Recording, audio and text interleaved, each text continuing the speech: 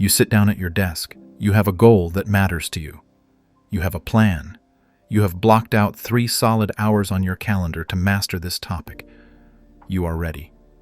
And then within 30 seconds, everything else in the universe suddenly becomes infinitely more interesting. A notification buzzes on your phone. You check it, telling yourself, just for a second. That second turns into 15 minutes of doom scrolling. You look back at your textbook, and the words on the page seem to be written in an alien language. You read a paragraph, get to the end, and realize you have absolutely no idea what you just read. Your eyes moved, but your brain was offline. Your brain starts to negotiate with you. Maybe I should just get a snack first. I can't focus if my blood sugar is low, right? Then the existential dread hits. Do I even need this degree? Maybe I should just move to the mountains, raise alpacas, and start a farm. That sounds nice. Does this sound familiar? If it does, I want you to listen very closely. You are not alone, you are not lazy, and you are certainly not stupid. You are, however, caught in a devastating trap. It is a trap that the modern education system has inadvertently built for us. We have spent our entire lives being taught what to learn, historical dates, mathematical formulas, literary themes, but no one, at any point, ever sat us down and taught us how to learn. So, without a manual for our own brains, we fall into a cycle of what I call fake work. Fake work is the killer of dreams. Fake work is highlighting your textbook until the page glows neon yellow. Fake work is rereading your notes for the 10th time, feeling good because the words look familiar. Fake work is watching a lecture recording at 2 times speed while scrolling Instagram. It feels productive. It looks productive to anyone watching, but it is a cognitive illusion. It is the metabolic equivalent of rocking back and forth in a rocking chair. It gives you something to do. It burns a little energy, but it gets you absolutely nowhere. This is the central frustration of the ambitious learner in the 21st century. You are putting in the hours. You are sacrificing your sleep and your social life, but you are not getting the returns. You are trapped in an endless, soul-crushing loop of cramming, panicking, and then, inevitably, forgetting everything 2 days after the exam. But what if I told you there was a different way? What if I told you there is a backdoor to your brain's learning centers? This video is not about studying more. It is not about grinding harder. It is about studying so efficiently that it feels unfair. It is about using a system based on decades of neuroscience and cognitive psychology that allows you to learn faster, remember more, and, crucially, still have time to actually live your life. These are not magic tricks. These are cognitive exploits. They are cheats for your own biology. If you are tired of being a busy student and are ready to become a master learner, you need to watch this until the very end, because while the first few techniques will change your grades, the final cheat we will discuss is the only one that physically alters the structure of your brain to keep that information forever, and it's the one thing 99% of students are sacrificing. This is the brain line. Let's hack the system. The single hardest part of any great intellectual endeavor is not the work itself. It is never the work. It is the start. We need to understand the biology of procrastination. Your brain is fundamentally a survival machine, optimized for one thing: energy conservation. It is not designed to voluntarily sit down and analyze organic chemistry or derive complex calculus formulas. Those activities consume massive amounts of glucose. When you sit down and tell your brain, "We have to study for the next 5 hours," you are creating a biological threat. Your amygdala, the ancient alarm center of your brain, lights up. It perceives this enormous, vague, and difficult task as a predator. The time itself becomes the monster. And what does your brain do when it perceives a predator? It triggers the fight or flight response.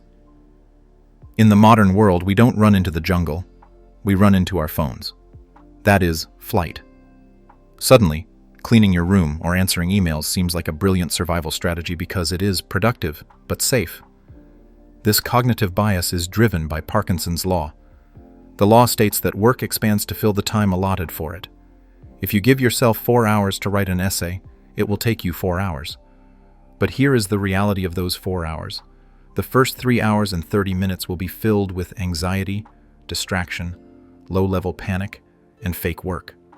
Then, in the last 30 minutes, The deadline pressure will trigger a massive release of noradrenaline.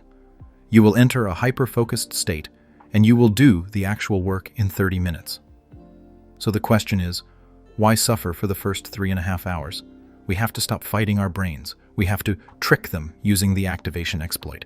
The action here is to replace the mountain with a pebble.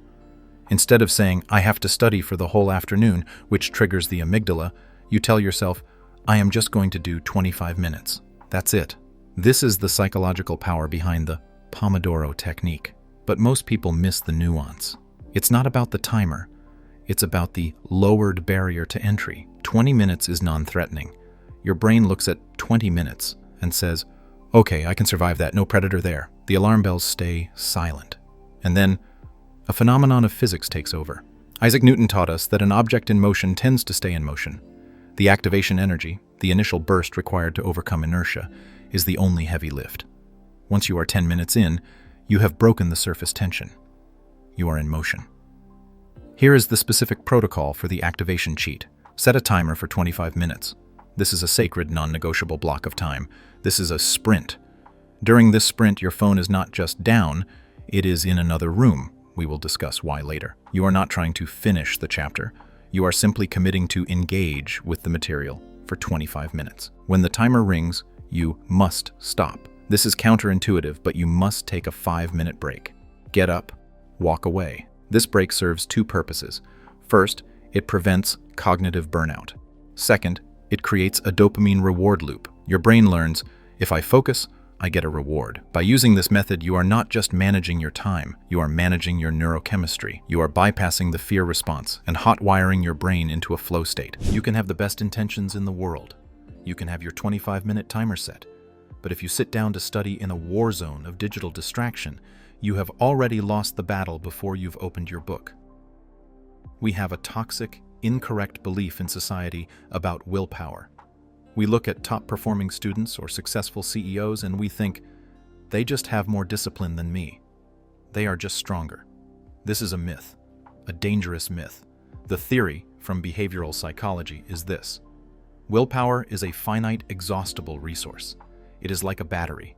Every time you look at your phone buzzing and choose not to pick it up, you drain a little bit of that battery. Every time you see a notification on your laptop and force yourself to ignore it, you drain the battery. By 2 p.m., if you have been fighting distractions all day, your willpower battery is at 0. This is decision fatigue. And that is the moment you find yourself 3 hours deep into a YouTube rabbit hole, wondering what happened. The cheat here is to stop relying on willpower completely. The smartest people in the world don't have more self-control. They have better choice architecture. They don't fight temptation, they eliminate the option. We need to design an environment where focus is the path of least resistance. To do this, we must manipulate friction. We must add massive friction to our bad habits and remove all friction from our good habits. First, let's attack the enemy, the phone. Putting your phone face down on your desk is useless. It is still within reach. Your brain is still expending low-level energy monitoring it. The real cheat is to put your phone on Do Not Disturb and physically place it in another room, or at least across the room where you have to stand up to get it. Why? Because we are lazy. The simple act of having to stand up and walk adds enough friction that your brain will often decide, it's not worth the effort, and go back to work. You use your own laziness to your advantage. Second, we must remove friction from the work. This is called the mise en place strategy, borrowed from professional chefs. Before a chef starts cooking, everything is chopped, measured, and ready. They don't look for a knife in the middle of service. Do this for your brain. Set up your study station the night before. Open the book to the right page. Open the document on your laptop. Have your water ready. When you sit down to your 25-minute sprint, there should be zero barrier between you and the work. By architecting your environment, you preserve your precious mental energy for the actual learning, rather than wasting it on the trivial battle of trying not to check Instagram. Now that we have started and we are focused, we need to address the act of learning itself. Here is where most students fail. They confuse memorization with understanding. They think that if they can memorize the definition of a concept, they know it. But memorization is fragile. It breaks under pressure. Understanding is antifragile. It allows you to solve problems you've never seen before. So, how do you know? How do you really know if you understand something, or if you are just fooling yourself with the illusion of competence. We use the Feynman Technique, named after the Nobel Prize-winning physicist Richard Feynman, who was known as the Great Explainer. This technique is the ultimate litmus test for your brain. Feynman believed that complexity is often a mask for a lack of understanding. His rule was, if you can't explain it simply, you don't understand it well enough. This sounds cute, but it is a brutal cognitive exercise. Here is the protocol. Step 1. Choose a concept you are struggling with. Let's say quantum entanglement or the French Revolution. Step 2. On a blank sheet of paper, write down an explanation of the topic as if you were teaching it to a remarkably smart 5-year-old. This constraint is key. A 5-year-old doesn't understand jargon. You cannot use words like superposition or socioeconomic factors. You have to use simple, concrete language. Step 3. This is where the magic happens. As you try to explain it simply, you will stumble. You will find yourself reaching for a fancy word because you can't think of a simple one. You will find gaps in your logic. Stop right there. That specific moment of struggle, that is the gold. That is the gap. You have just identified exactly what you don't know. Step 4. Return to your source material. Relearn only the part where you got stuck. Translate that complexity into simplicity. Then go back and finish your explanation. When you do this, you are engaging in a process called elaborative encoding. You are hooking the new information onto old information that is already solid in your brain. You are turning abstract noise into concrete knowledge. If you can translate a complex university-level concept into language that a child can understand, you haven't just learned it, you have mastered it, and you will not forget it. We have arrived at the most important section of this video. If you take only one thing away from this script, let it be this. Stop rereading your notes. Stop it immediately. Rereading is the Big Mac of studying.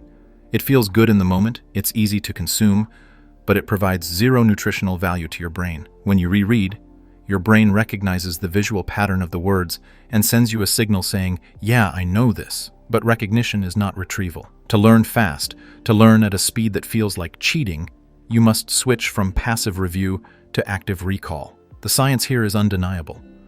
The testing effect shows that the act of pulling information out of your brain strengthens the neural connections far more than putting information in. Think of your brain like a muscle. Rereading is like watching a video of someone lifting weights. Active recall is you actually lifting the weight. It is painful. It requires effort, and that is exactly why it works. Here is the cheat code method for active recall. Level 1, the interrogation. Instead of writing notes as summaries, e.g., the mitochondria is the powerhouse of the cell, write your notes as questions, e.g., what is the function of the mitochondria? When you study, you don't read. You cover the answer, ask the question, and force your brain to generate the answer. You must say it out loud. If you don't say it, you are cheating yourself. Level 2, the blurting method. This is intense. Read a section of your book. Then close the book. Take a blank sheet of paper. Set a timer for 5 minutes. Now blurt out everything you can remember. Scribble diagrams, key terms, arrows, concepts. Dump your brain onto the page. When the timer stops, open the book. Compare your scribbles to the text. What did you miss? What did you get wrong? Mark those errors in a red pen. That red ink represents the difference between a B student and an A student. You have just surgically targeted your ignorance. Level 3, the 80-20 Pareto hack. This is the efficiency multiplier. The Pareto principle states that 80% of the results come from 20% of the causes. In exams, this is almost always true. 80% of the marks will come from 20% of the core curriculum. Most students waste days studying the obscure footnotes. The cheat is to find that core 20%. How? Start with the practice test. Before you even read the textbook, look at past papers. Look at the questions. What comes up every year? What are the recurring themes? This acts as a filter for your brain. Now, when you start studying, your reticular activating system, RAS, is primed to notice the high-value information. You are not studying blindly. You are hunting for the answers to the test you've already seen. We have covered the psychological and the tactical. Now we must cover the biological. This is the final cheat, and it is the one that most students completely ignore, destroying all their hard work in the process. You can use the Pomodoro technique, you can use Feynman, you can use active recall, but if you pull an all-nighter before the exam, you have effectively hit the delete button on your brain. Here is the no BS neuroscience. Your brain does not learn while you are studying. I will repeat that. Your brain does not learn while you are studying. When you are awake and studying, your brain is in acquisition mode. It is taking information and holding it in a fragile, temporary state in a part of the brain called the hippocampus. Think of the hippocampus as a USB stick. It has limited storage, and the data is volatile. The actual save process happens only when you sleep. This process is called memory consolidation. During deep sleep, slow wave sleep, and REM sleep, your brain replays the neural patterns you activated during the day. It takes the data from the fragile hippocampus and transfers it to the neocortex, which is the hard drive of the brain. This is where long-term memory lives. If you study for 10 hours and sleep for 3, you stop this file transfer. You lose the data. The files are corrupted. The cheat is to view sleep not as rest, but as the final passive stage of your study session. The equation is study plus sleep equals learning. Study minus sleep equals nothing. And to supercharge this, add exercise. You don't need to be an athlete. A 20-minute brisk walk triggers the release of a protein called BDNF, brain-derived neurotrophic factor. Neuroscientists call this miracle grow for the brain. It helps new neurons grow and survive. Studying without BDNF is like trying to plant a garden in concrete. Studying with BDNF is planting in fertile soil. So, let's zoom out. What have we really discussed here? We are moving away from the brute force method, the method of the exhausted, stressed, and inefficient student. That is the path of fake work. We are adopting the path of the strategic learner. We use the activation exploit, 20 minutes, to bypass procrastination. We use environment architecture to protect our focus without relying on willpower. We use the Feynman Technique to ensure deep understanding, not just memorization. We use active recall and the 80-20 rule to maximize retention and efficiency. And we respect the biology of sleep and exercise to lock that knowledge in forever. This feels like cheating because it generates results that seem disproportionate to the effort. But it's not cheating. It's alignment. It's aligning your habits with the way your brain actually evolved to work. You now have the roadmap. You have the codes.